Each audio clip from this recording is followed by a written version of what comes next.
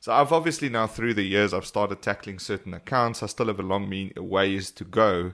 But I'm at that stage now where it's a good time for me to figure out what is going to be the most impactful way to tackle the debt, because it's not just one account, right?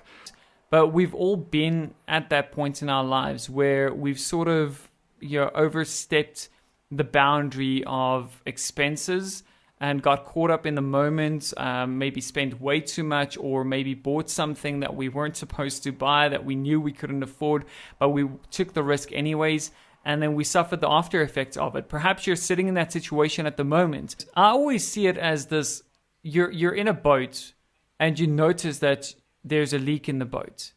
And the first thing that you try and do is, maybe if it's a small leak, you would ignore it at first because you're in the ocean and there's so much water splashing everywhere. You might not even really realize that you've got a leak in the boat.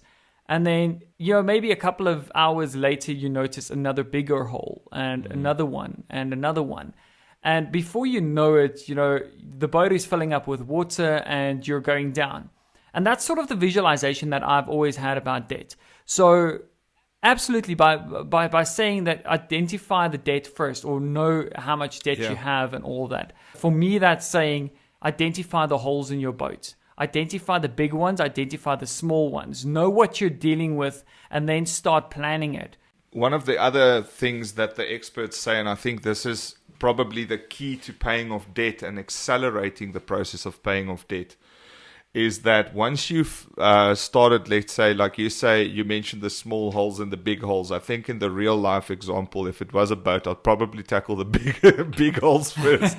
But I think of course. In debt, it makes sense, right? In debt, it makes a lot of sense. So once you've paid off that small hole, just to kind of keep it to your analogy, start focusing the same amount that you would have paid off on that small hole on the next one on top of what you would have included. So let's say, for example, you have 3 different debts. The one is $500 a month, the other one is $1,000 a month, and the other one is $2,000 a month. Pay off the 500, still continue obviously paying the 1,000 and the 2,000 as well.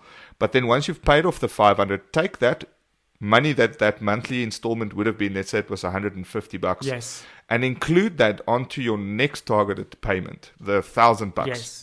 Absolutely. So you do the $1,000 plus what was paid off on the 500.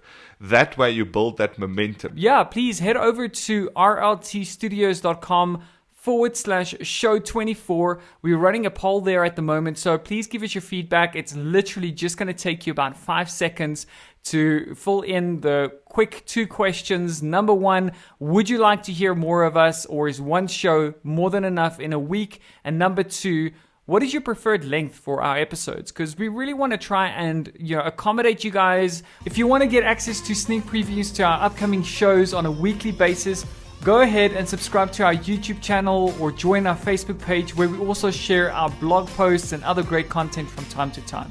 So head over to our Facebook and YouTube channels and feel free to share it with your friends so that they can also join you on the journey to success. Until next time, guys, cheers.